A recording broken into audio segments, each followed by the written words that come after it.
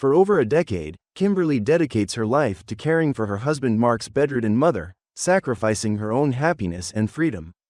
When Mark and their children exclude her from a family road trip, Kimberly discovers a disturbing truth. They've been taking secret trips with Mark's friend, Margaret, for years. Feeling betrayed and used, Kimberly begins to unravel the web of lies and deceit that has consumed her life. She confronts the reality of her situation, realizing that her years of sacrifice have been unappreciated and exploited. Kimberly decides to take control of her life, embarking on a journey of self-discovery and reclaiming her independence. She starts to expose the truth about Mark and Margaret's relationship, challenging the lies and demanding the respect she deserves. The story follows Kimberly's transformation as she breaks free from her past and fights for her own future, ultimately deciding how to deal with the betrayal and rebuild her life. For over a decade, I had been the one tending to Mark's mother, Donna, cleaning up after her, helping her with basic needs, massaging her legs, and turning her over in bed. It wasn't until she passed away that I finally had a moment to breathe. This time, Mark suggested a family road trip. Excited, I threw myself into preparations, making sure everything was packed and ready. But just as we were about to leave, with all the luggage loaded into the car, Mark stopped me at the door. His voice was cold, detached. "There's no room in the car. You can go next time." Beside him, our son Donald chimed in. "Mom, you're not young anymore. It's a long ride, and you'll just complain about your back hurting again." Our daughter Carol walked past me without a word and got into the car. And just like that, they all left, except me. The next day, Mark posted a picture on social media. In it, alongside our 2 children, was his close friend, a female friend. So this was the truth.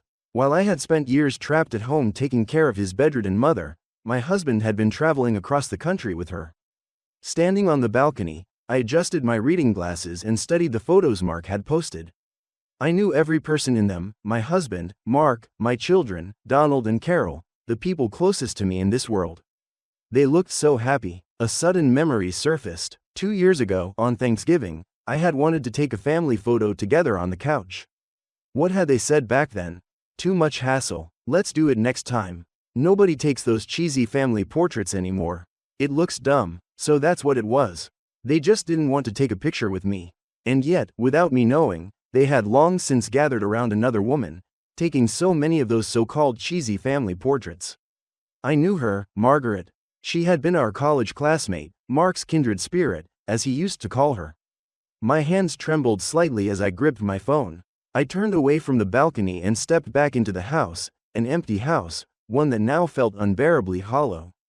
I wandered from room to room. Nothing had changed, yet today everything seemed vacant.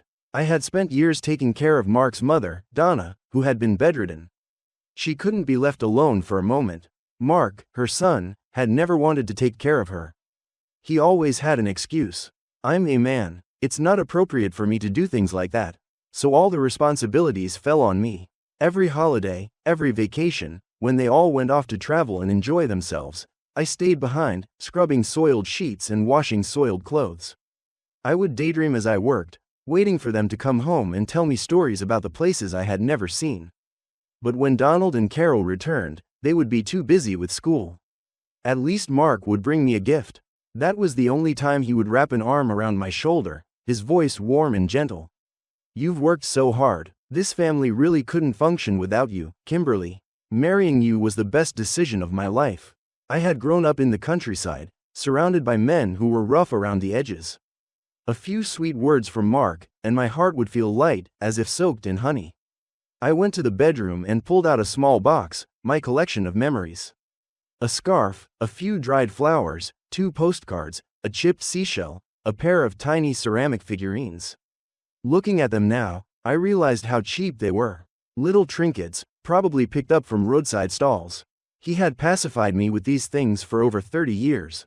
Then I recalled the scarf around Margaret's neck in the photo, an unmistakable LV logo printed on it.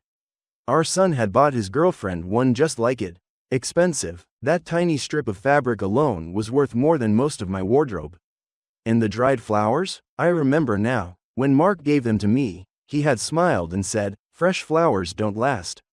They wither in days. But these dried ones, they'll last forever, just like our marriage." Looking back now, wasn't that the truth? Our marriage had been just like those dried flowers, appearing untouched by time, yet brittle, dry, collecting dust, unnoticed by anyone.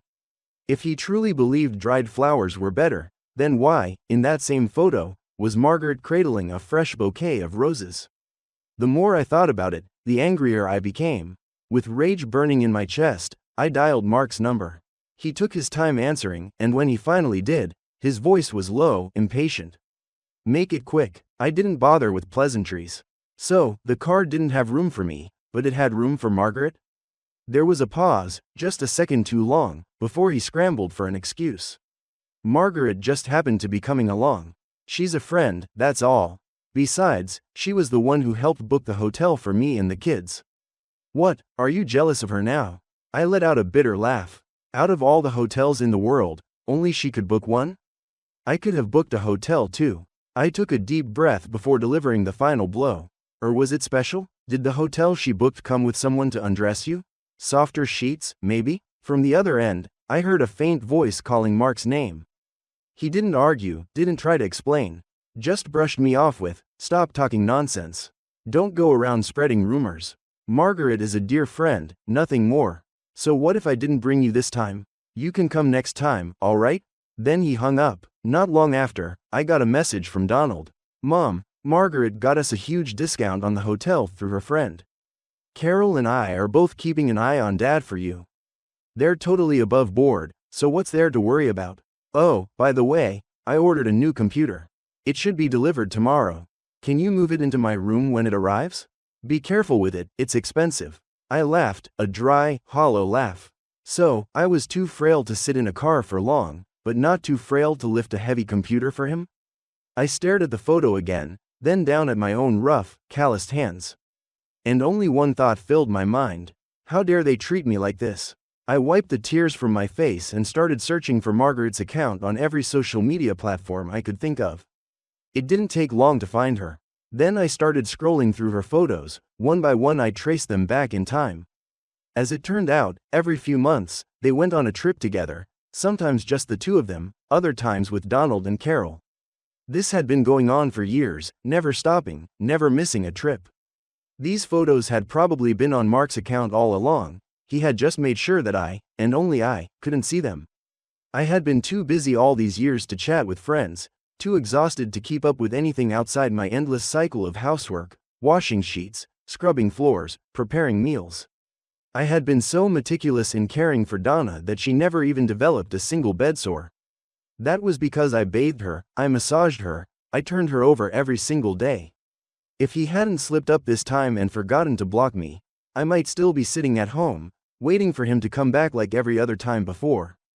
But there was one thing I couldn't understand. If Mark loved Margaret so much, why hadn't he married her? After all, he was the one who had chased me down. He had been the one who insisted on marrying me. I hadn't always been just a tired housewife. Once upon a time, I was the kind of woman people noticed. Everyone in town knew me. I was smart, independent, and, as some said, even tougher than most men. My mother had raised me alone, working long hours in a small town diner just to ensure I got a good education. I graduated high school with excellent grades, a future wide open before me. But in a town like mine, rumors spread faster than truth. I never cared what people whispered, until the night a group of local thugs followed me home.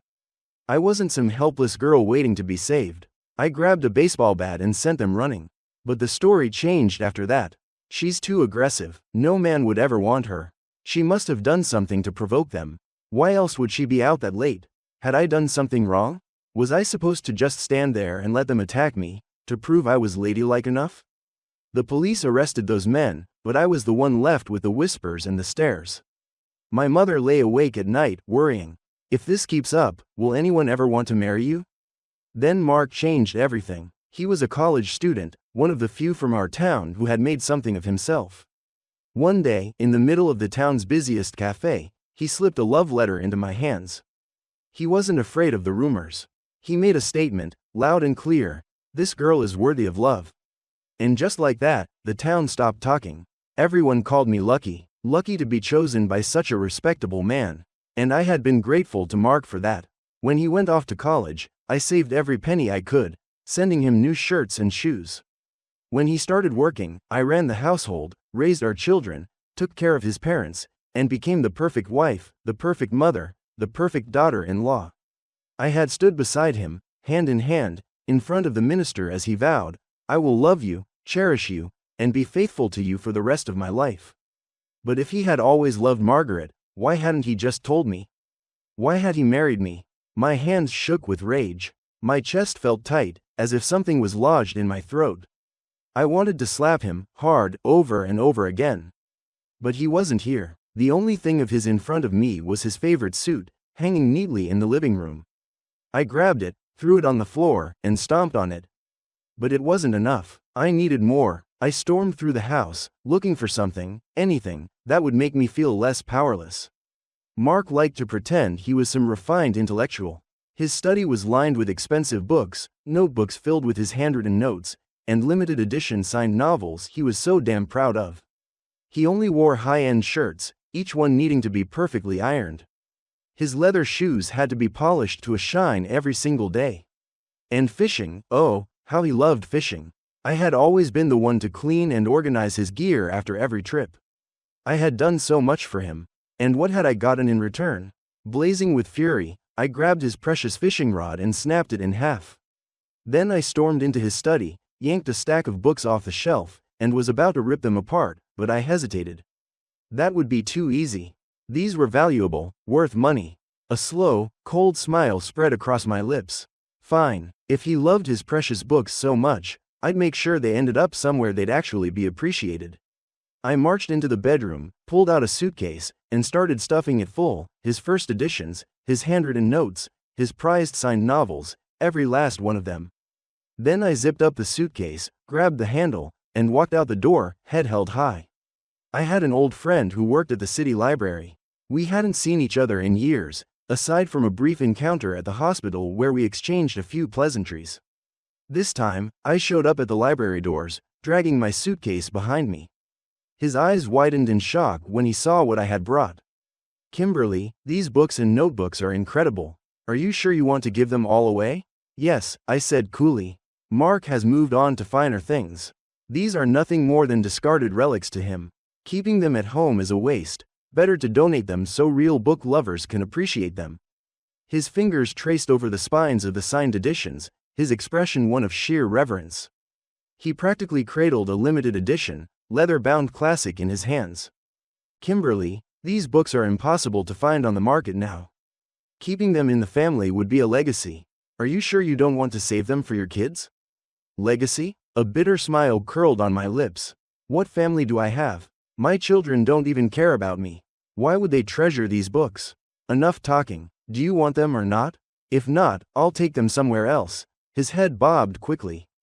"Of course, I want them. These are priceless." I watched as he clutched those books like buried treasure and sneered internally. "Great," I said, "they're yours to handle now. I've got places to be." For the first time in a long time, the weight in my chest lifted, if only slightly. I turned on my heels and went home to pack. This time, I wasn't waiting for an invitation. I was taking myself on a trip. The world had changed. There were countless travel guides online, and even a woman traveling alone could find her way. I booked a train ticket to Chicago. It was my first time ever sitting in a train this comfortable. In the past, I had only ever taken the cheapest Greyhound buses. I remembered my first trip. Mark had already moved to the city for work and told me to come see him. The bus was overcrowded. I was squeezed between two massive men, barely able to breathe. Across from me, another man had taken off his shoes, the rancid smell mixing with the musty air of the old bus making my head spin. Even then, I held on. I had refused to spend the extra money on a plane ticket. But now I had to ask myself, who was I even saving money for? The thought made something inside me snap. I got up from my seat and went to the train's cafe car, buying myself a hot coffee and a sandwich. It wasn't really expensive, I knew, but compared to the days when I pinched every penny in half, it felt like a luxury. Why had I spent my whole life scrimping and sacrificing, only for other people to enjoy the fruits of it? As I sat back and took my first sip of coffee, truly enjoying the moment, my phone vibrated. A text from Carol. "Mom, what did you buy? Why are you using Dad's credit card?" Do you have to be so reckless? That money was meant for my apartment renovations. Ah, my dear daughter. So a few dollars had her panicking? I was about to reply when she sent another text, this time more impatient. I'm not saying you can't spend money, but can't you be more considerate? I didn't even ask for a car, just a little help with my place, and now you're taking that away too. That's too much. I was alive, yet they were already planning out how my money should be spent. What was I, a cook, a maid, a servant whose every dollar had to be accounted for? I typed out my response, making sure every word was crystal clear. I used your father's credit card. If you have a problem, take it up with him. But don't forget, half of that money belongs to me. Even if he wanted to give it to you, he'd only have half the say. You didn't ask for a car, sure, but you did study abroad for 3 years. That cost over $100 grand. Meanwhile, your brother's at a state university, living on a budget of barely $1,000 a month. So tell me, who has spent more? Let me be clear, I am still alive. My money is mine to spend however I see fit. Even if I were to throw it into a fireplace just to watch it burn, it would still be none of your business. Then, I turned off my message notifications. Outside the window, the landscape stretched endlessly, the world so much bigger than the little box I had been trapped in for decades. I wasn't about to let her ruin my mood. Chicago was dazzling, bustling, vibrant, alive in a way I had never experienced before. I had spent decades in that small town where the most crowded place I had ever seen was the hospital waiting room. Out of habit, I nearly booked the cheapest motel I could find, telling myself there was no need to splurge. But then, I thought of Carol's message. I thought of how she and her father had spent their vacations soaking in hot springs, lounging in 5-star resorts, how they had never once questioned their spending. Why was I the only one expected to be frugal? So I did the opposite. I picked a hotel that looked expensive. And it was worth it. The lobby smelled different, like luxury itself had a scent. A grand crystal chandelier sparkled above me, casting prisms of light across the gleaming marble floors, polished so smooth they reflected every movement. The young woman at the front desk greeted me with a warmth that felt foreign after so many years, politeness without obligation. She wasn't smiling at me because she had to get something in return. She was just kind. She processed my check-in, and soon enough, I was sinking into a bed so soft it felt like I was floating. That was when it hit me. No wonder Mark and Margaret looked so young. This was how they lived when they traveled. They woke up to this. Of course, they looked refreshed, happy, and carefree. They were surrounded by comfort and hospitality, by people whose entire job was to make their experience pleasant. Meanwhile, I woke up every morning to the sound of an alarm and the weight of endless chores. If I had known that all my scrimping and saving was just going to be spent by someone else, I would have given up haggling years ago. But that was just a thought.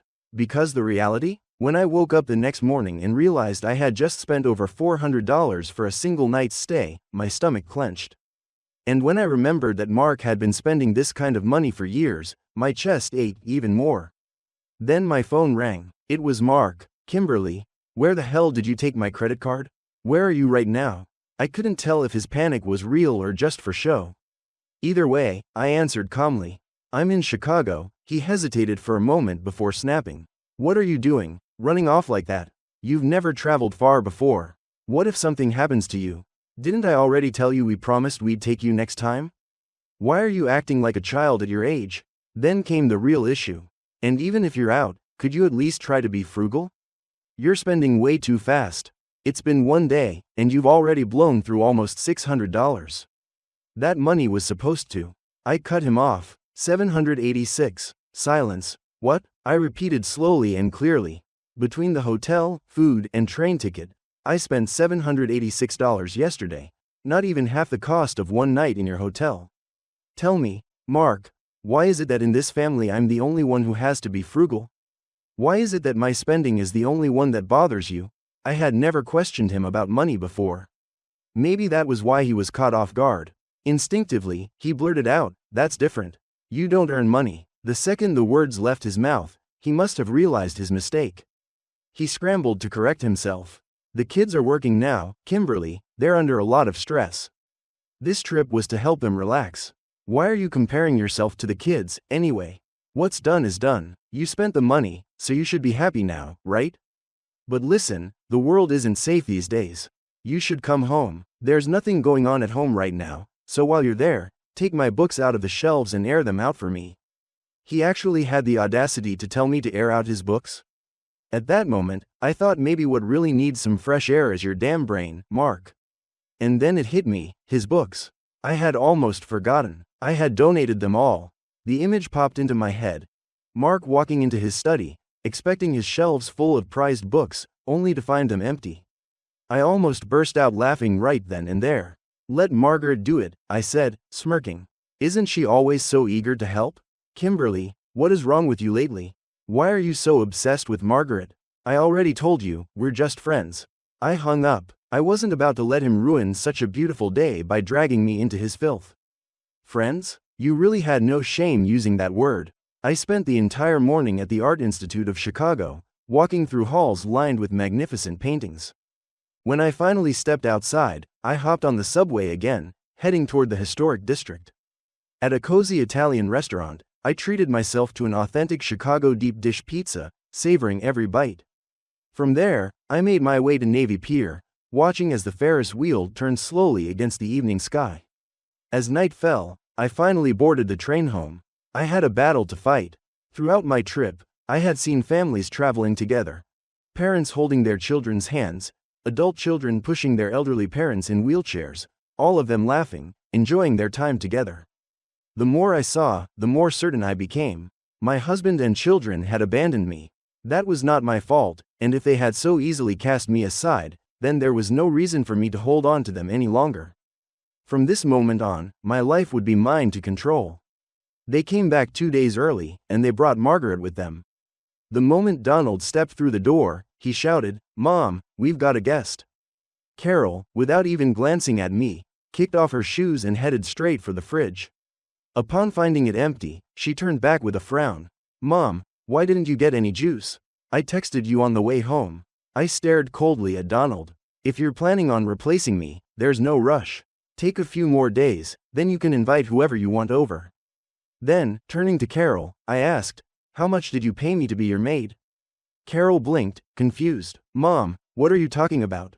Margaret let out a light chuckle and made herself comfortable on my couch. "Mark said you misunderstood everything. He wanted me to explain that it was just a coincidence. I just happened to run into them on this trip." She smiled, tilting her head slightly, as if this was just an amusing little mix-up. "Kimberly, we've known each other for years. If there was really something between me and Mark, why would he have pursued you back then?" I picked up the throw pillow behind her and patted the dust off it. I had made that pillow myself. It would be a shame if she dirtied it. Some people like eating steak in their youth and end up eating something else in their later years.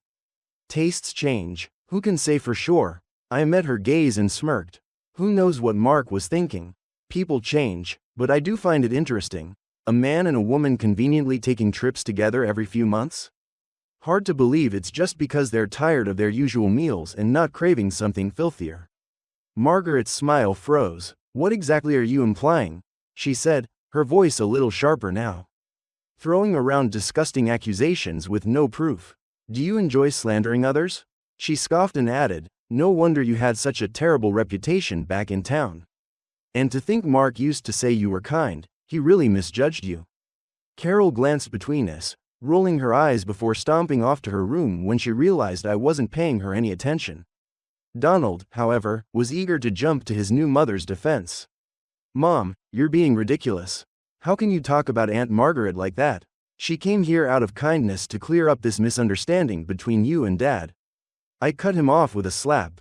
The sound echoed through the room. Donald clutched his face, eyes wide with shock. "Mom, you actually hit me?" I nodded. "And I'll do it again if you keep lying." His mouth opened, but no words came out. "Was this the first time you accidentally ran into her on a trip, or has it conveniently happened every single time?" I grabbed a stack of photos and flung them at him. What a wonderful son I raised. So obedient, so filial to someone else's mother, but when you come home, I'm nothing but a servant to you. Isn't that right? Lying comes so easily to you now. Go ahead, explain it to me. How is it that she just so happens to end up on every single one of your family vacations? Donald shrank back into the corner of the couch, silent. Margaret's eyes darkened as she glanced at the photos. "And what exactly do these prove?" she said, her voice colder now. We're just travel companions. It's not like we did anything inappropriate. She let out a small laugh. What, did you think Mark should have taken you instead? She asked, raising an eyebrow. Tell me, Kimberly, do you really understand what travel means? Do you think you and Mark could ever connect on that level? Could you ever stand before the Grand Canyon and truly appreciate its grandeur? She leaned forward slightly, as if offering me a piece of wisdom. People should know their place. You know nothing about Mark's intellectual world, and honestly, given your past, you should be grateful he married you at all. He never abandoned you, despite everything. Tell me, if you were in his shoes, could you look at your own reflection every day and feel love? I reached up and touched my face. Then I laughed softly. Margaret, I said, tilting my head, do you really think you're superior? Her confidence wavered for a split second. We took the same entrance exam, didn't we? And as I recall, your score was dozens of points lower than mine. I smiled. I got into university but chose not to go, and you, from what I remember, had to take the test 3 times just to get into a mediocre college. Her face twitched just for a moment, then just as quickly, she schooled her expression back into neutrality. Mark's voice rang out behind me. Kimberly, when did you become so bitter? Why are you humiliating Margaret? He scoffed. So what if Margaret took the college entrance exam 3 times? That just proves she's persistent. And you had the chance to go to college and threw it away. You chose to be a failure. So what right do you have to judge her? I inhaled deeply, setting my cup down with deliberate calm before turning to face him. My gaze was sharp as a blade. You have the nerve to say that? I scored higher than you. If you could get into college, don't you think I could have?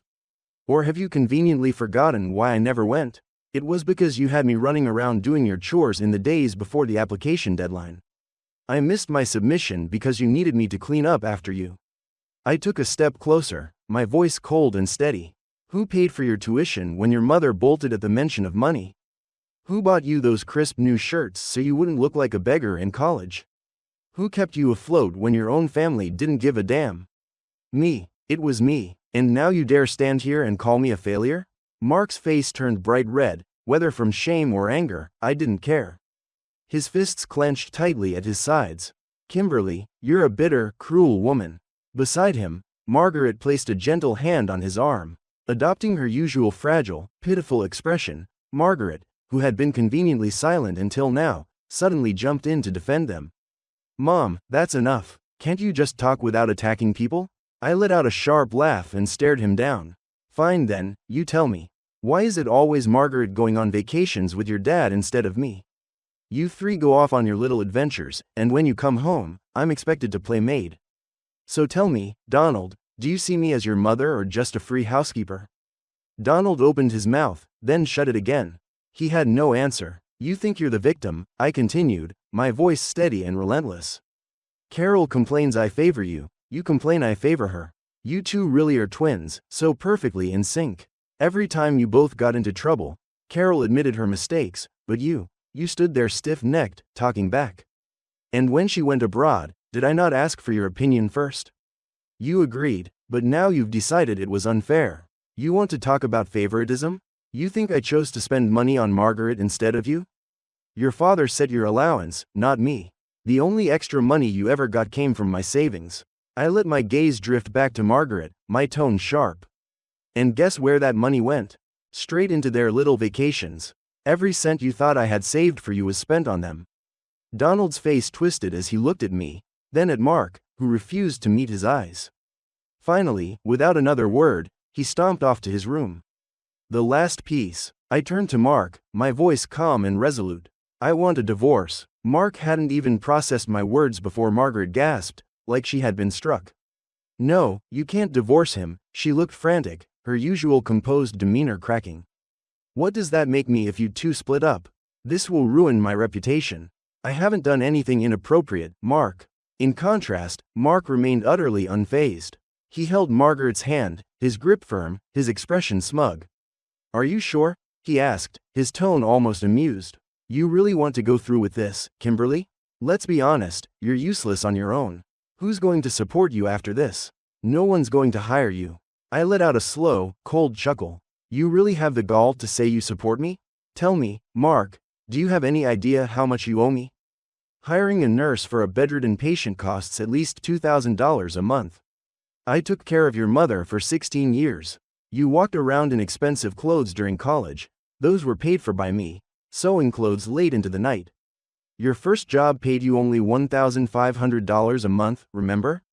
Meanwhile, I raised 2 children and took on seamstress work just to keep our household running. And now, after everything I've done for you, you have the audacity to tell me you supported me? Mark's face burned with color, whether from rage or shame, I didn't care. His fists clenched tightly at his sides. Kimberly, you're a bitter, cruel woman, he spat. Beside him, Margaret placed a gentle hand on his arm. I pulled a stack of papers from my bag and placed them on the table. Sign it, we're finalizing this tomorrow. Mark snatched the divorce papers, his eyes scanning the terms. Then, with a cruel smirk, he ripped them to shreds. Half of my assets? Keep dreaming. At most, I'll give you $15,000 as a settlement. Take it or leave with nothing. I smiled. Are you sure you want to do this, Mark? I'm giving you an easy way out, a clean break, so you and your good friend can finally live happily ever after. Mark scoffed. There's no reasoning with you. I nodded. All right, Mark, just remember, you chose this. I grabbed my bag and turned toward the door. Behind me, his voice rang out one last time.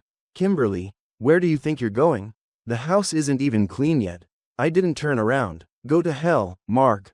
Early the next morning, I stationed myself right outside Mark's office building. Beside me, I propped up a large poster board covered with pictures and details of Mark and Margaret's grand love story. A crowd gathered. I wasn't embarrassed in the slightest. Whenever someone asked, I told the story vividly. How he was a heartless man, how he had leeched off his wife for half his life, how he built himself up by draining me only to turn around and try to kick me out with nothing. Mark had always played the role of the principled man, spouting nonsense about loyalty and responsibility to anyone who would listen. Well, today I was going to rip that mask right off his face. His coworkers tried to intervene, pacing around anxiously, trying to calm me down. Kimberly, what's the point of this? One of them pleaded. Look, maybe Mark was wrong, but you don't actually have proof that anything physical happened between him and Margaret, do you? Why don't we just get him to apologize? You've been together for so many years, you should be enjoying your life by now. Why go through all this trouble? It's so messy. I turned my gaze on him, my lips curling into a cold smile. Enjoy my life? I sneered. Who is enjoying life? The life of doing laundry and cooking? Or maybe you were talking about the privilege of scrubbing floors while someone else vacations on a tropical island? I folded my arms. This blessing you speak of, would you like it?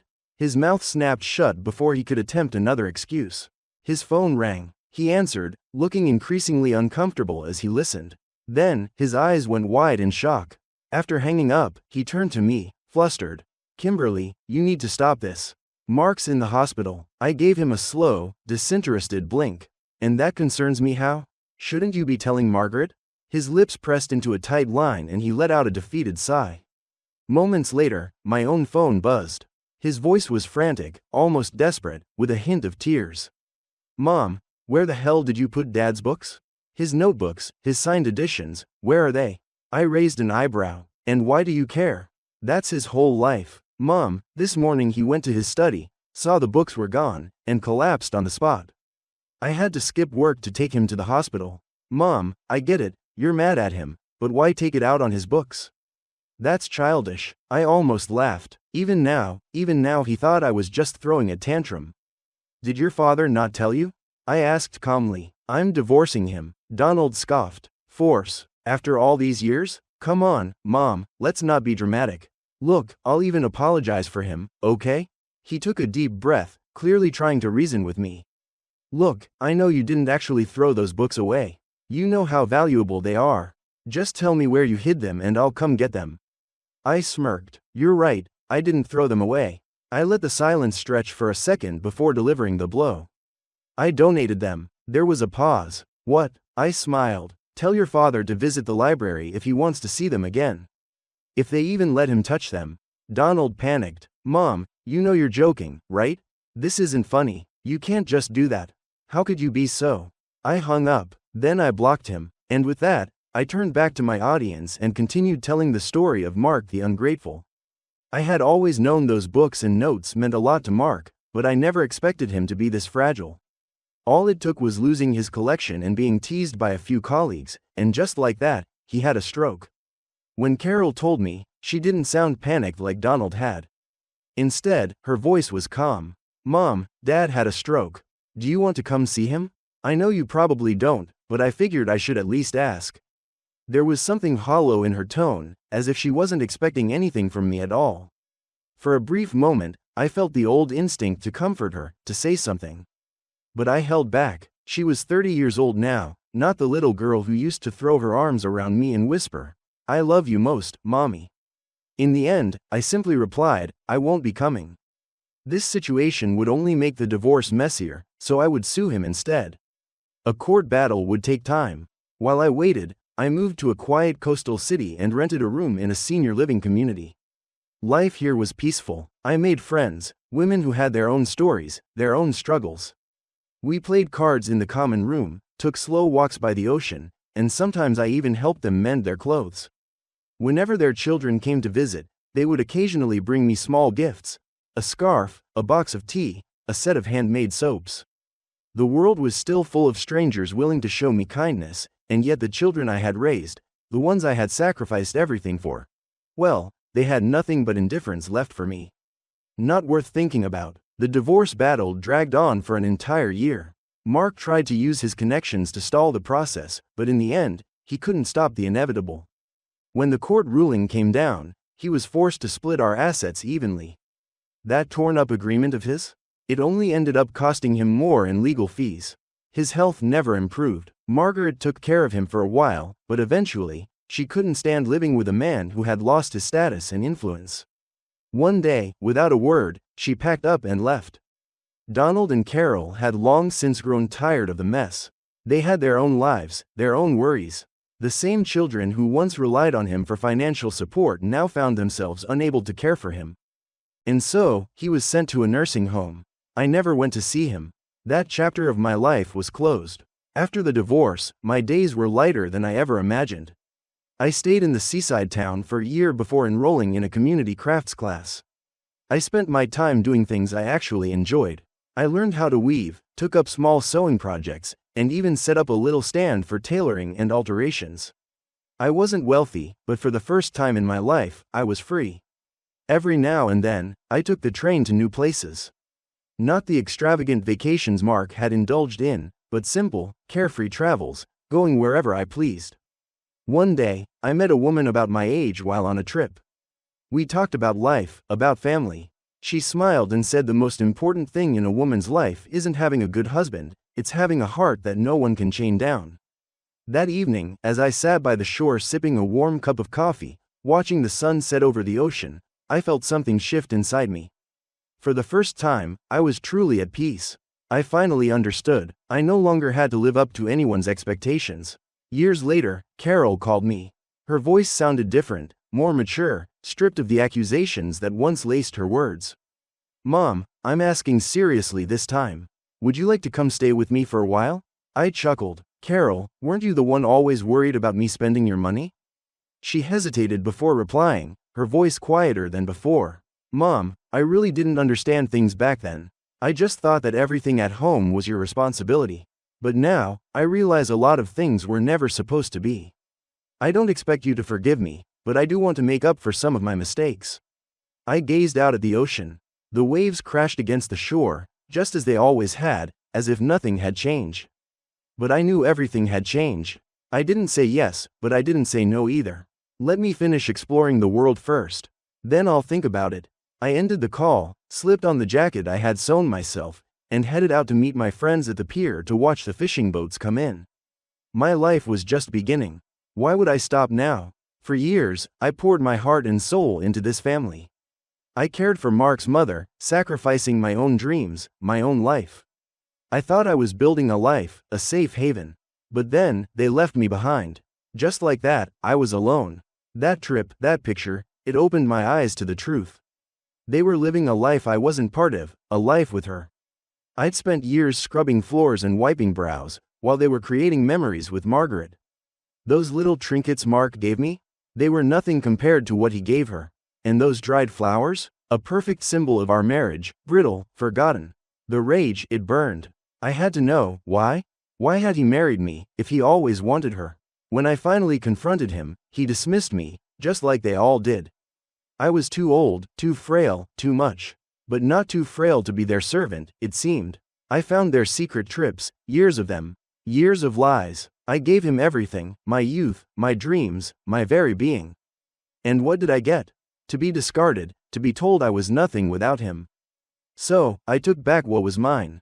I gave away his precious books, the ones he valued more than me. I took myself on a trip, spent my money, and for the first time in decades, I breathed. I saw families, real families, and I knew I was done. When they came back, bringing her with them, I didn't back down. I confronted them, exposed their lies, and I hid my son, something I never thought I'd do. I wanted them to see me, really see me, not just the woman who cooked and cleaned. I told Mark one wanted a divorce, and he laughed. He thought he could threaten me, that I'd crawl back. But I won't be silenced anymore. I'm taking back my life, exposing their deception. I'm done being the victim. They wanted to see